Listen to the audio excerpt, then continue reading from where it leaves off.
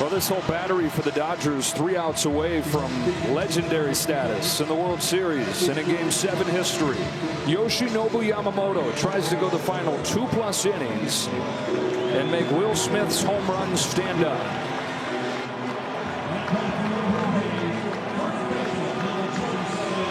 Defensive changes behind Yamamoto in the outfield and the infield. Justin Dean is into the game in center. Pages over to right. Kim has replaced Rojas at second.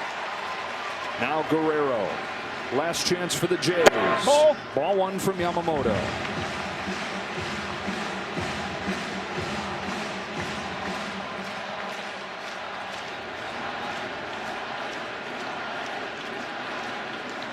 One-0 pitch.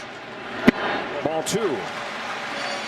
Guerrero thought that he had maybe ended it, leading off the 9th against Blake Snell when he crushed the ball to the warning track in center field, but it fell a little bit short. On this 2-0, takes it down the middle, 2-1. Haven't seen many curveballs from Yamamoto. That's a pitch. He got a big out last time he faced Guerrero in his start. Fastball speeds in there, 2-2. This guy, I know he sweats, but you never see it. And he is just making pitch after pitch when he has to. Inside, and the count goes full. Jays took the lead in the 3rd inning.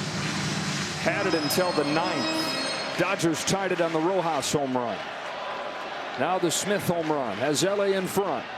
Guerrero hooks one down the line towards the corner. It's a fair ball. It's extra bases. Tying run in scoring position in a flash.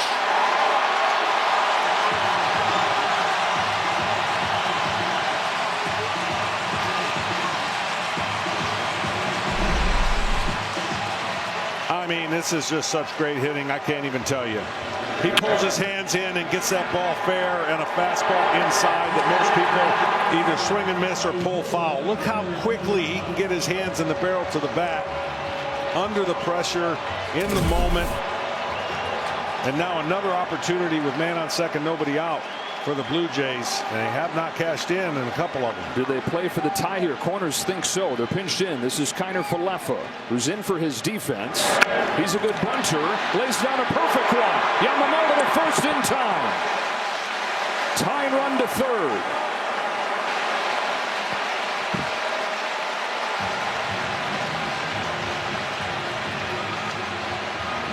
Addison Barger to the plate. Mark Pryor, interpreter Will Ayrton, out to talk with Yamamoto, Roki Sasaki, and Clayton Kershaw.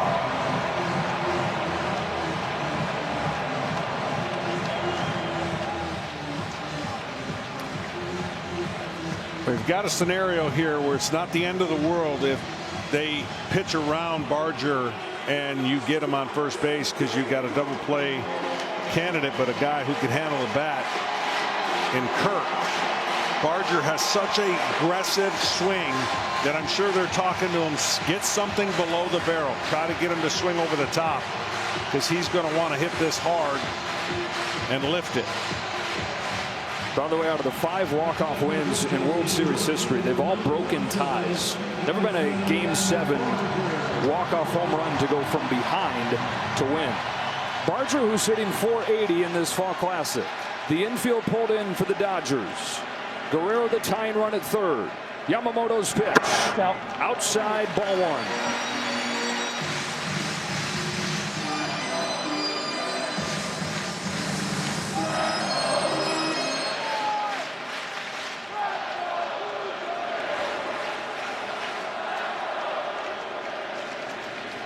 The 1-0. Ball 2. You don't think him being the runner on second in Game 6, making the final outs on his mind right now and trying to do something special? And they are borderline pitching away from him. On a 2-0 pitch. Barger takes high, 3-0. Kirk waits on deck. He's got to think off speed. Even 3-0, if you got the green light, you've got to think off speed. Green light to try and win the World Series. Instead takes ball 4. So, tying run 90 feet away, winning run on base. Alejandro Kirk coming up.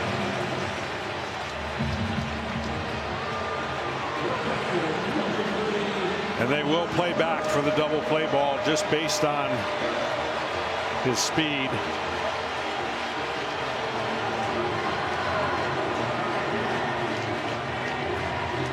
World Series could end on one swing in either direction. Home run wins it for the Blue Jays. Ground ball wins it for the Dodgers. Kirk, the captain, pokes it foul.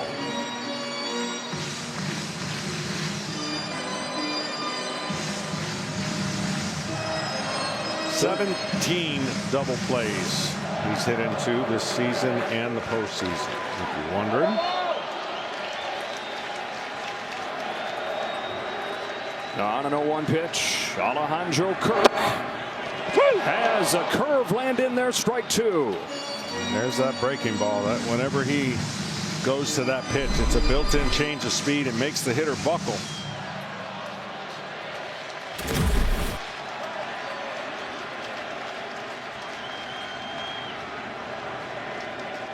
Here's the 0-2 pitch. Kirk bounces one up the middle. Bats to the bag. Over to first to beat the champ. You gotta knock him out. The Dodgers stand tall and win back-to-back titles.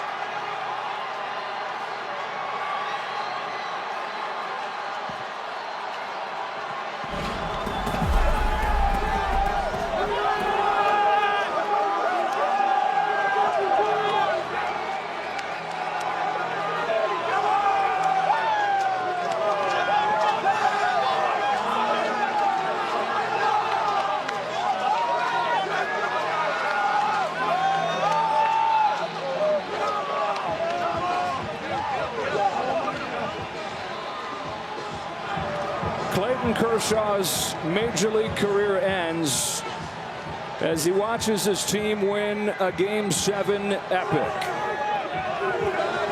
It didn't look like they had any shot in this one until the very end, when an unsung hero, a most unlikely hero, Miguel Rojas, tied the game with a home run. With all the focus on the man that was on deck, Shohei Ohtani, it was Rojas who delivered the shock. And then it was Will Smith who delivered the game-winning home run in the top of the 11th inning.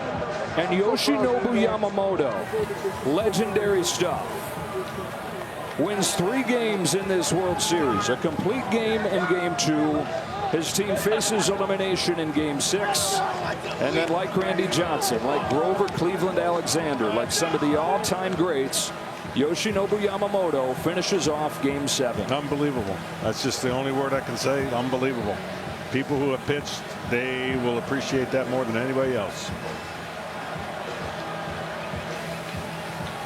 5-4 in Game 7. Down to Ken Rosenthal. Thanks, Joe. Will, congratulations. That was one of the great games in World Series history. You guys were down 3-0. You were 2 outs away from defeat. How would you describe what this team accomplished? Man, these guys, special group of guys, man. We just never gave up. Kept fighting, you know, pitching our asses off, hitting, taking great at bats, finally punched through there. Man, that was a fight, you know, for 7 games. That's a really good Toronto Blue Jays team. Man, I'm just excited. There's nothing better than this. Your home run. What were your emotions seeing the ball clear the wall and then circling the bases? Yeah, I was fired up. You know, we needed to get a run there. To be able to come in clutch, that was huge. You know, you dream of those moments. You know, extra innings, put your team ahead. Yeah, I'll remember that for forever. Yamamoto started yesterday, closes out today. What will you remember about what he did? Yeah, he was the MVP of this series. That was incredible. You know, I talked to him yesterday. I was like, hey, if you can give us 1, we're going to win. He gave us 3. That was special. He'll have a few months off. I know he's going to need it, but yeah, I'm just happy for him. That was awesome. Well, congratulations. Thanks again. Now over to Tom Verducci. Thanks. Waiting here, Miggy Rojas getting the congratulations. Miguel Rojas, welcome to the land of World Series legends. You have to walk me through that 7-pitch at bat with this team down to the last 2 outs of the season, and you take the pitch out of the ballpark. Yeah, I was never trying to hit a home run. I think this is the first home run against a right-handed pitcher during the whole year, and it came to the biggest part of my life and my career, in front of these fans and in front of the city of LA and my teammates. Kind of like battle, and I can really describe right now the emotions that I felt. Not just tying the game, but giving the opportunity to bring Yamamoto for another spectacular performance. That guy is everything that you can ask for. I have to put my teammates in front of me because I wasn't able to do whatever I did today because without the confidence of Doc, my teammates, and everybody who kind of believe in me. You weren't done with the magic in that inning on the defensive side. Tell me about that play, infield in, winning run on third base. The play that you made, stumbling a bit, but making a strike to home. Yeah, really tough in this turf right here. You can't really be aggressive going forward because the ball always bounces more than what you expect. Kind of like I took a back route, went back, and I mean, as soon as I play my feet, I have to make a perfect throw to the play. I mean, it's been an unbelievable 2 days for me defensively, obviously hitting the homer, but I mean, for me, I'm way more proud of my defense and what I can do for my team out there at second base, shortstop, third base. It's a great feeling, man. We're here winning the World Series in Game 7, and I just said it yesterday on the press conference. The Dodgers have been doing so much for baseball the last 2 years. People should be really proud of the organization. Traveling, making history, playing the longest season ever. We just played for 9 months.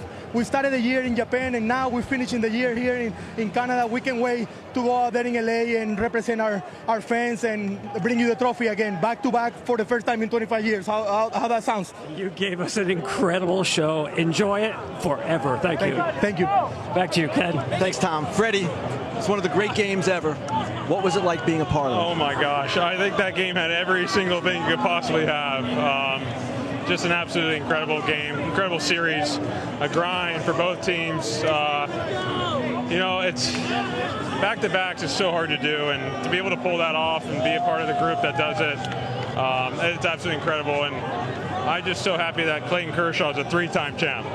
What was it like for you, this grind of a season? This was not an easy year for the Dodgers. No. And what does it say about this team that you came through? Yeah, absolutely incredible. I think when you walk into spring training, you got the target on your back because we had one the previous year, and everyone's trying to take you down, and when you put on this uniform, you're expected to win, and there's a lot that comes with it, and we take a lot of pride in that. And for us to be able to do it again a year after with immense pressure on us, that says a lot about this group. And I don't know if there's enough words for Yoshinobu.